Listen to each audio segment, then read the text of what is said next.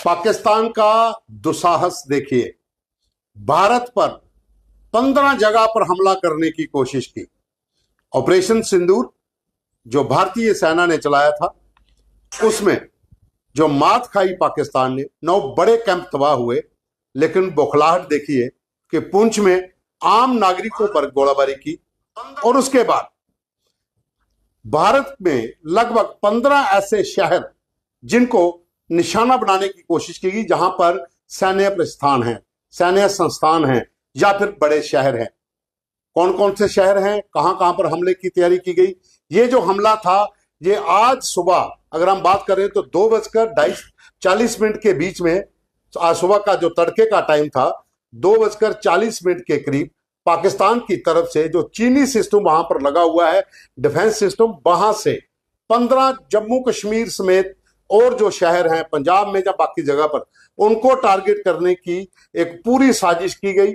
और जब वहां से फायर हुए तो यहां से जो जवाब मिला उस बारे में बात करूंगा। दीपक खजूरिया जो एग्जीक्यूटिव एडिटर हैं मेरे साथ हैं, और आप देख रहे हैं द न्यूज रूम 24 आवाज।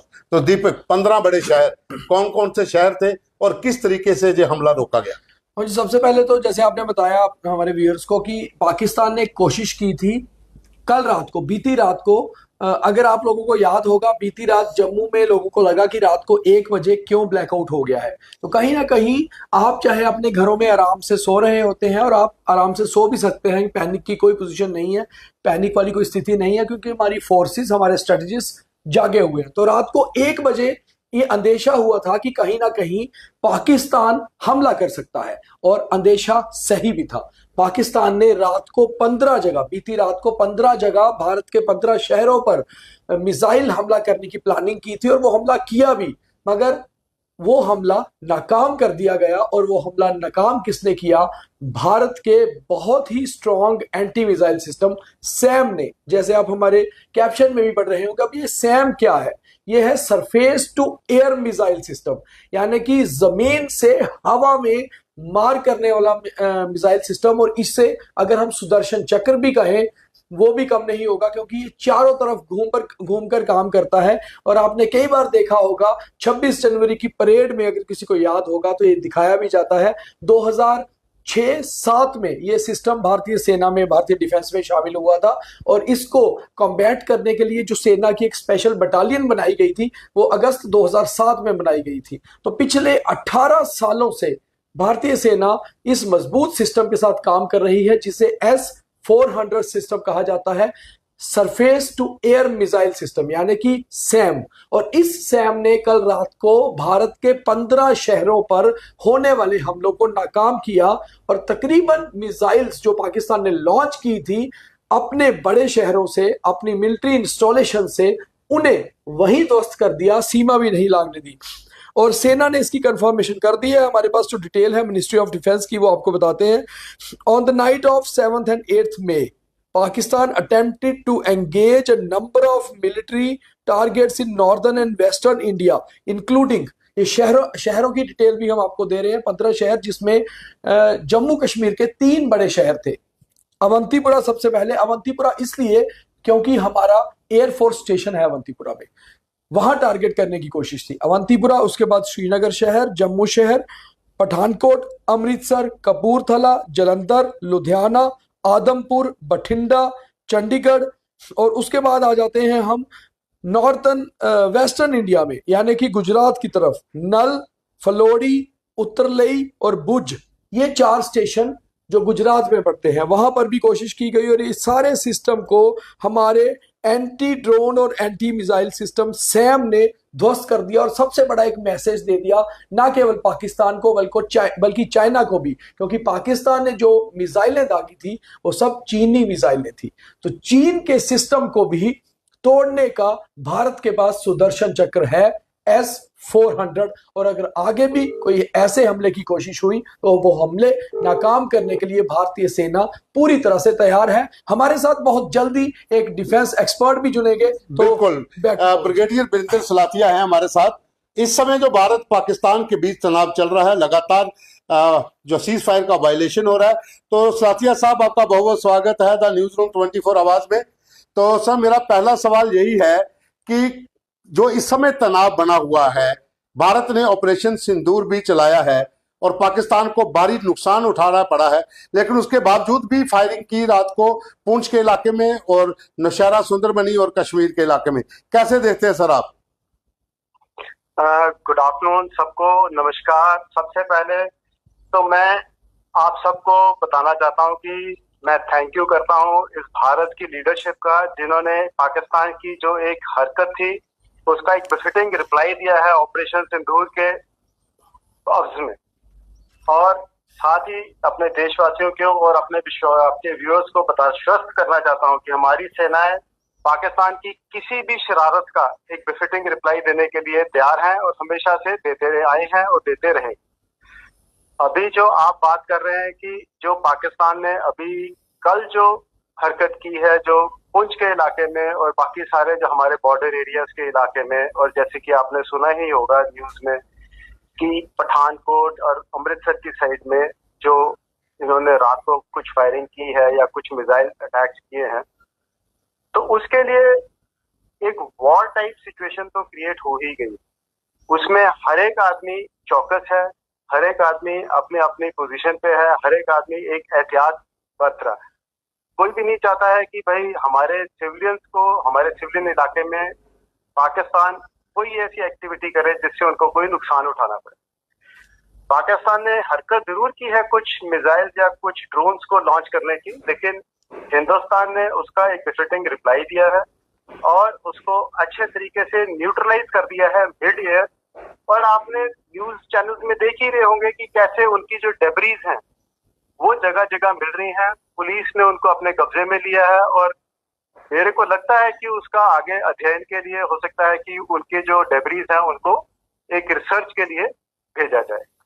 तो मैं तो इस हिसाब से देख रहा हूँ कि पाकिस्तान जो मर्जी कोशिश कर ले, लेकिन हम बॉर्डर पे जितने भी सैनिक हैं, जितने भी फोर्सेस हैं, पैरामिलिट्री फोर्सेस हैं, सब चौकन्ने हैं ताकि पाकिस्तान इस तरह की कोई हरकत में सक्सेस ना प्राप्त करे। साथिया साहब, मेरा एक सवाल है, मैं दीपक खजूरिया बोल रहा हूँ। मेरा एक सवाल है साथिया साहब कि जिस तरह से भारत ने पाकिस्तान की मिसाइल जो उन्होंने दागी थी भारत की तरफ 15 शहरों में, उसको नाकाम किया, तो इस तरह से तो ये साफ नजर आता है कि पाकिस्तान पे यकीन नहीं किया जा सकता। पाकिस्तान इस तरह के कॉवर्ड अटैक अभी और करने की कोशिश कर सकता है, तो भारत को अभी चौकन्ना रहना होगा। एक पहला सवाल। और साथ ही मैं ये जोड़ रहा हूँ कि ऑलमोस्ट ये वॉर लाइक सिचुएशन हो गई है।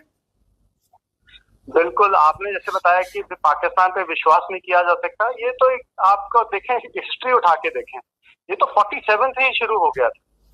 47 से कितनी बार उन्होंने कश्मीर के ऊपर और पंजाब के ऊपर और बाकी सारे इलाकों में अपना कब्जा करने की और लड़ाई करने की कोशिश की, लेकिन कोई उनको हल थोड़ी मिला, हल कोई नहीं मिला। हमेशा उन्होंने मुंह की खाई है, हमेशा उन्होंने हार ही उनके हिस्से में आई है।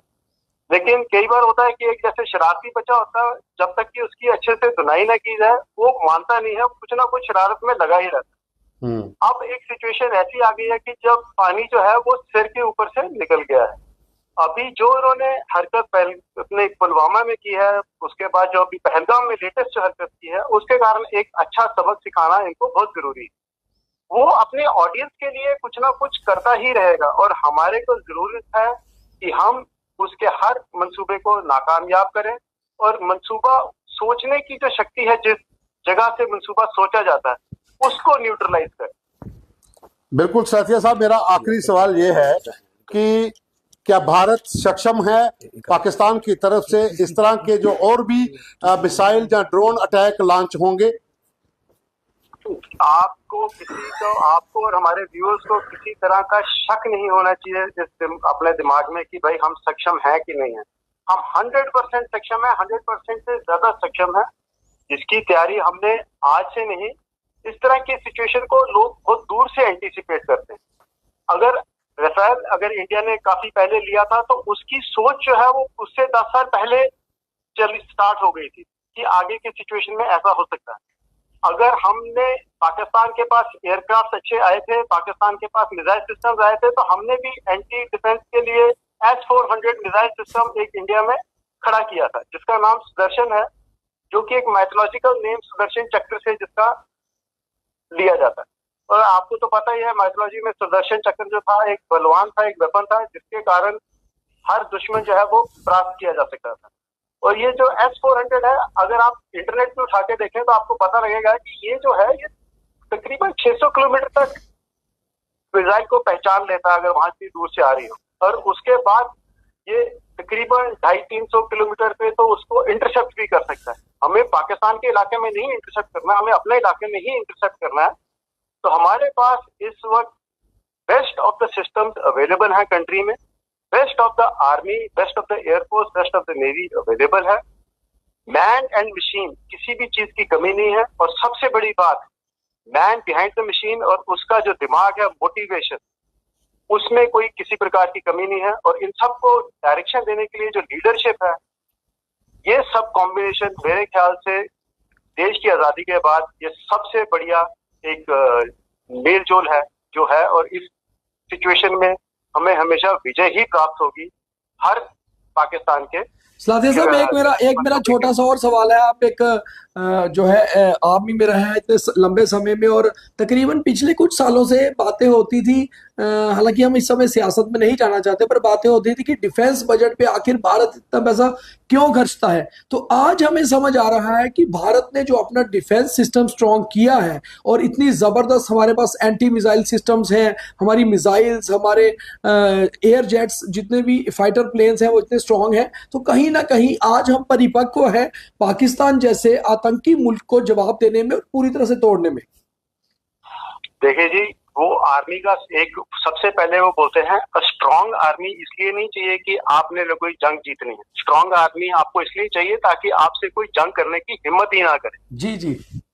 आप, और वो हिम्मत तब नहीं कर सकता है जब आपके पास एक आर्मी हो जिसमें एक अच्छा ट्रेंड मैन पावर हो, एक सोफिस्टिकेटेड वेपन्स हो, और इन सबके साथ साथ एक अच्छी नीयत हो। हमने कभी फर्स्ट किसी के ऊपर हमला नहीं किया, कुछ नहीं किया, लेकिन हमारी ये भी एक सिखलाई है कि अगर कोई आपको तंग करता है तो फिर उसको बख्शा नहीं जाएगा, ताकि उसको लाइफ में दोबारा ऐसी हिम्मत करने की, ऐसे गलत काम करने की ना तो हिम्मत मिले, ना कोई पुराने एक्शन से कोई प्रेरणा मिले। बहुत बहुत शुक्रिया सलाथिया साहब, जय हिंद, आपने हमें समय दिया। जय हिंद, जय हिंद। आपके व्यूअर्स को मैं एक बार लास्ट में बताना चाहता हूँ कि भाई देश जो है एकदम सुरक्षित हाथों में है, सुरक्षित लीडरशिप में है, सुरक्षित डिफेंस फोर्सेस और सुरक्षित अपना सिविलियंस के जो कि हर रात को चुकन्ने रहते हैं, उनके हाथ में है। हमें हमेशा विजय ही प्राप्त हो। बहुत बहुत शुक्रिया, जय हिंद, जय हिंद। तो ये थे ब्रिगेडियर सलाथिया, बरिंदर सलाथिया। अभी रिटायर हो चुके हैं, बहुत सी जगहों पर इन्होंने कमांड की है, युद्ध भी लड़ा है, लेकिन उनका जो एक शब्द जो मुझे सबसे अच्छा लगा कि देश अब सुरक्षित सेना, सुरक्षित लीडरशिप के हाथ में है, तो घबराने की जरूरत नहीं। भारत सक्षम है, पाकिस्तान जितनी भी कोशिश करेगा हम उन्हें मुंह तोड़ जवाब देंगे, वो चाहे एयर से हो, वाटर से हो या फिर थल से हो, तीनों तरह से भारत की सेनाएं सक्षम है। तो दीपक, अब प्रोग्राम को क्लोज करते हैं। जो सिस्टम था S-400 सुदर्शन जिसे कहते हैं, क्या पाकिस्तान को पता था इनके पास सिस्टम है कि हम पहचाने जाएंगे, या फिर वो चीन के भरोसे रहे और काम तमाम? देखिए, पाकिस्तान को ये लगा कि चाइना जो उनका माई बाप बन के बैठा हुआ है, शायद चीनी मिसाइलें उनके काम आएंगी भारत पर अटैक करने में। मगर ये चीन को भी आज पता चल गया कि भारत के पास ऐसा सिस्टम है कि उसकी मिसाइल को भी फेल कर सकते हैं। और बड़ी बात यह है कि कहीं ना कहीं सैम S-400 जिसे कहते हैं, सुदर्शन चक्र का नाम दिया गया है, तो वो किसी भी हमले को भेदने को हमेशा तैयार है। और मुझे लगता है कि पाकिस्तान किसी भी तरीके से अगर हमला करने की कोशिश करेगा तो भारत परिपक्व है उसे तोड़ने के लिए। तो बिल्कुल सैम 400 एक ऐसा वेपन जो पाकिस्तान की हर चाल को नाकाम करेगा, और कर भी दिया। चीन भी डरा ही डरा रह गया। जो मिसाइल चीन ने भेजी थी अब वो कहीं कहीं पड़ी है, डबरीज उनकी पुलिस उनको रिकवर कर रही है, फौज ने उनके हवाले कर दिया। अब जांच होगी कि इसमें क्या था, लेकिन भारत सक्षम है। आप जिस भी तरीके से आना चाहिए आप आ सकते हैं।